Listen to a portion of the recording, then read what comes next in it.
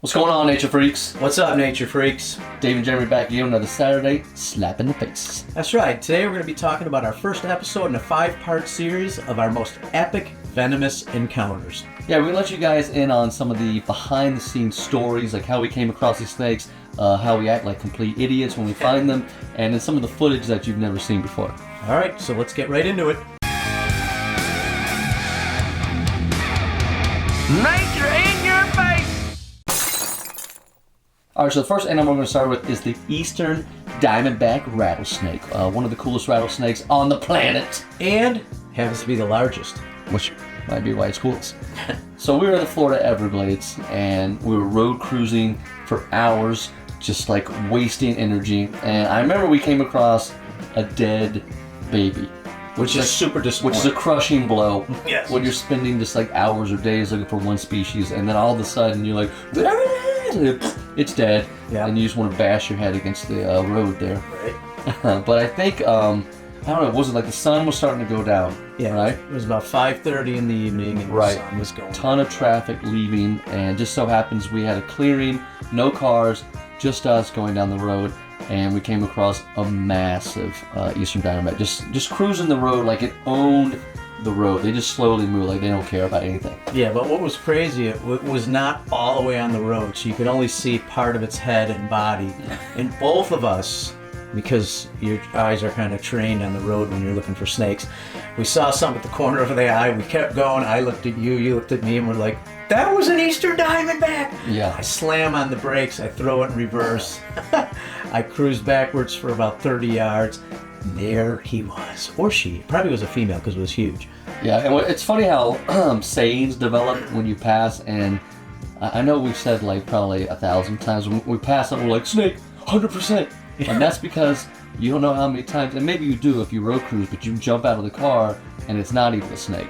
It was a stick, you know, it was a piece of a rope or a wire. Bungee cord. You almost died getting out of the car for not even an animal. But yeah, we finally found our Eastern Diamondback, and I'm pretty sure they were screaming. Oh, there was. Boom. Boom!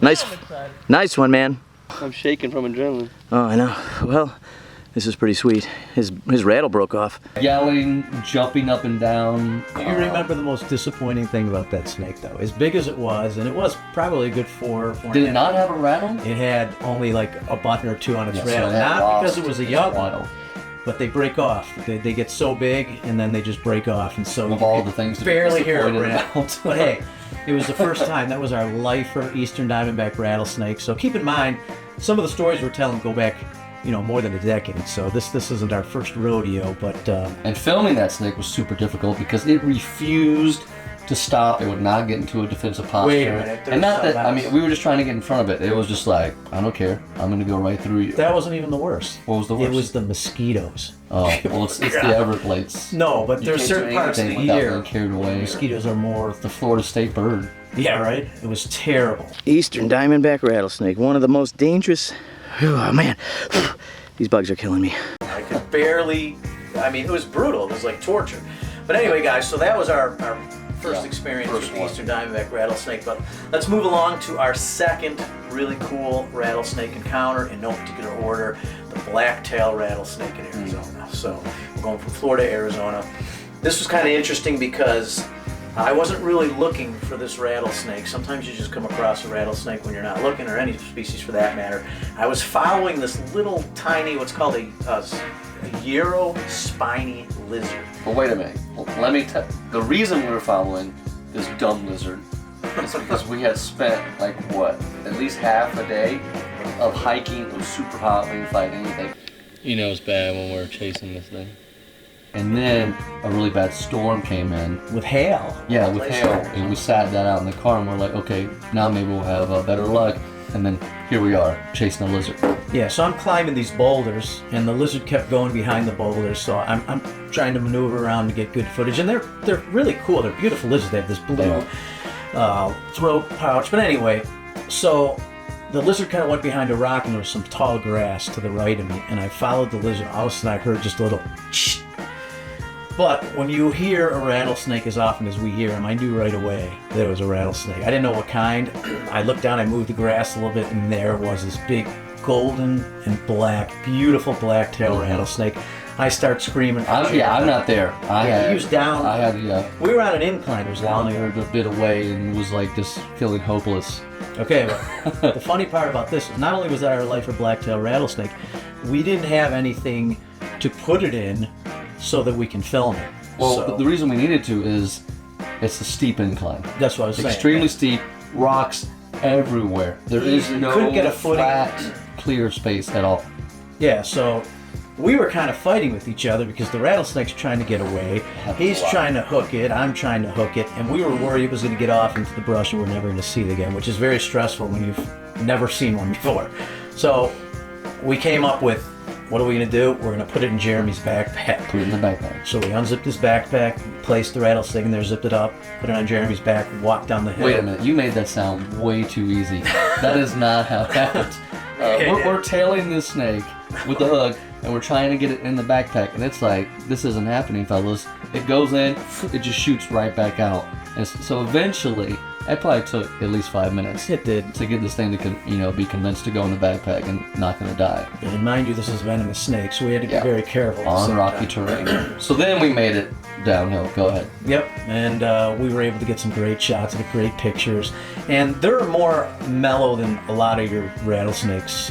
They're typically don't rattle very much and they don't strike, which is a plus when you're kind of trying to maneuver this thing into a backpack. Yeah, extremely chill. Yeah, once they realized, the backpack was okay, but that's one of my best memories because not only was it tough to get, but then we took it down where this water was kind of running and spilling over. It was like a little stream into a little mini waterfall, but in the background were just beautiful mountain ranges, and it was like serene. It was. You're just sitting here with this beautiful creature, beautiful area, incredible. All right, moving along. What are we going to talk about next? Number 3. So speaking of chill, large rattlesnakes, this is probably like, an alternative to the blacktail, you could say, is the timber rattlesnake. That's number 3 right there. So would you call that chill? The timber? Yeah. Yeah, I would agree. I think most timbers we come across are extremely relaxed rattlesnakes. Well, I think timbers, they're relaxed, but you can get them. Yeah, if they get riled up. Yeah. Get them riled up. But it's almost like they're confident. These big snakes, it's like they have this confidence. Like, I know I can mess you up, but I don't need to put on a display. Yeah, so I want to start with this because it's kind of a funny story. We were hiking in National Forest in Illinois. We had never seen a timber rattlesnake before, and we were looking for one for hours. We had met somebody during our hike that knew of a den where we could find a timber rattlesnake. So he agreed to take us up to this place. We could say his name. He doesn't work for the federal government or anything. Chris Dotson. Yeah. Mm-hmm. So anyway, Chris, great guy. Shout out to Chris. Anyway, he took us to this place, and we're looking in the dens, we're looking around the dens, we're looking in the forest. Nothing for hours. I was starting to lose faith. Your morale's kind of going down, and all of a sudden I hear him yell, "Stop!" I'm like, what do you mean stop? I wasn't even anywhere near him. So it was probably like 15 yards from him. Like, why am I stopping? A little bit. So I stopped. I'm like, why am I stopping? And he's like, timber! And so Chris and I started cracking up because there was no reason for us to stop. Of course. But in the excitement of the moment, you never know what you're going to say. You never know what you're going to do because your adrenaline just goes from here. Yeah. But that was great. That was an awesome moment. And was it in the fall? It was. It was in October. Yeah, because I remember there were yellow leaves all over. So the snakes were returning to their dens, not right. coming And so the timber was like extremely camouflaged amongst these leaves. And so I got, 5-6 feet from this snake before I saw it because it was just coiled up, sitting at the opening of the den. And luckily, it just stayed there. And we were able to film it, get pictures. It didn't move. All right, so but that was crazy. All right, another crazy one. We're going to move along to, this isn't a rattlesnake, this is a copperhead. And copperheads are... This is a funny story. They're very... well, they're very common in the area where we were, but for some reason we just weren't able to find one. We were just striking out. And there's always one snake that a herper can tell you about. Right. everyone else finds it but you, and that was the case with the copperhead. We just could not find it. Or Lincoln. We give code names to every species that we want to find on a trip. Yep. I don't know why we do this. It's just fun, something to kill time. But we were looking for Lincoln. Yep. Now, if you want to know why Lincoln, copperhead, copper penny, Lincoln on the penny. So like if boom. you can't figure that out, you just stop watching the video. You never know. All right. So anyway.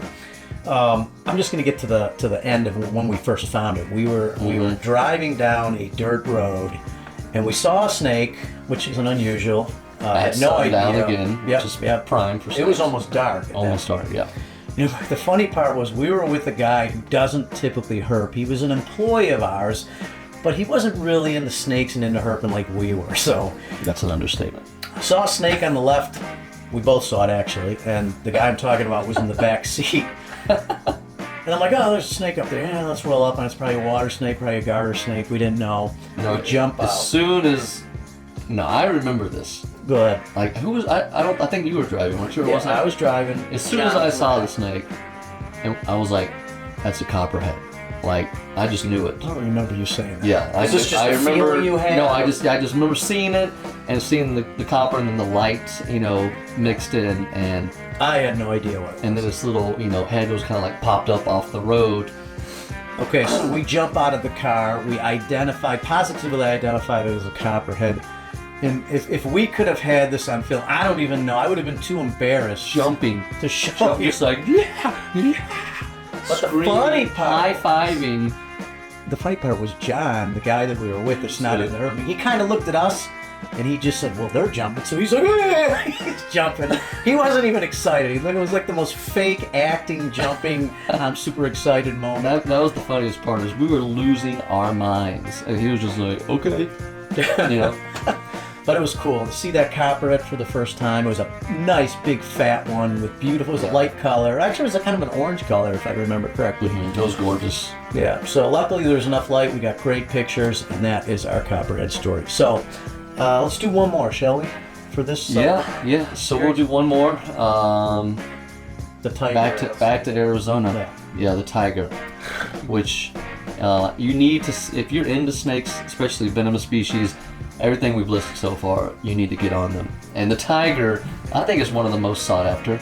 It is in Arizona for sure. Yeah, and their venom, highly underrated. It's one of the most venomous rattlesnakes, if not the, I think, in the United States. The Mojave, the tiger are like right there. Obviously, the Not tiger. as much of a venom yield for the tiger rattlesnake, but Smaller if you were to snake, get bit, tiny head, so yes, less yield, but their the toxicity of that venom is incredible. this might sound weird, but that rattlesnake has the tiny head, tiny front end, and a very long back end because it's known to have one of the longer tails. The segments, for some reason, usually in an older individual will reach 15 to 20 buttons at the end, which is ridiculous. For some reason, they just don't fall off like some of the other rattlesnakes.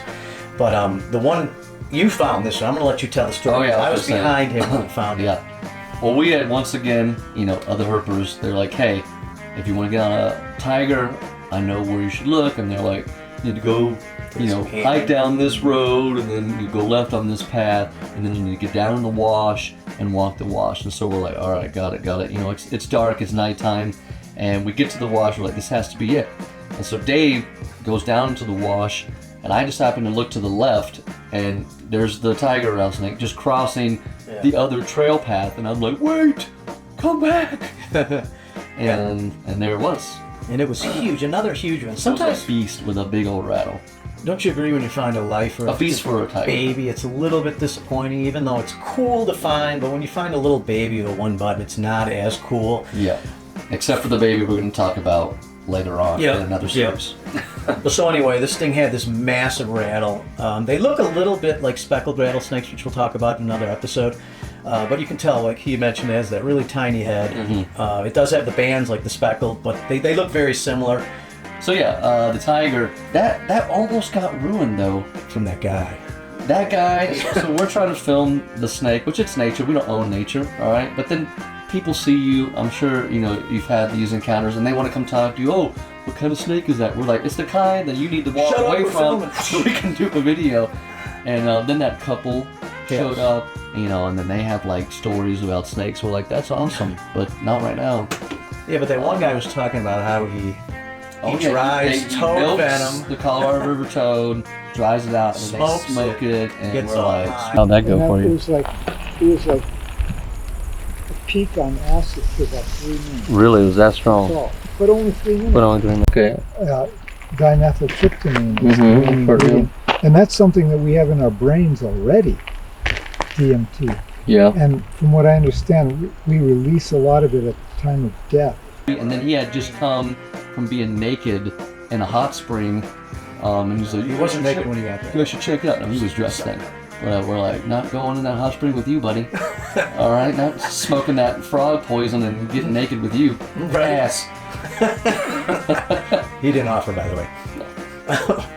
All right, so does that wrap up our episode here? That does. That definitely does. All right, guys. If you enjoyed this episode, make sure you subscribe to the channel, like the video, make a comment, and comment about your encounters. We want to hear from you guys. Epic encounters. Doesn't have to be venomous. Funny stories about being out in nature, and could be people, could be animals. Light it up. Let's go. All right, guys. We'll see you at part 2 on our epic venomous encounters. See ya.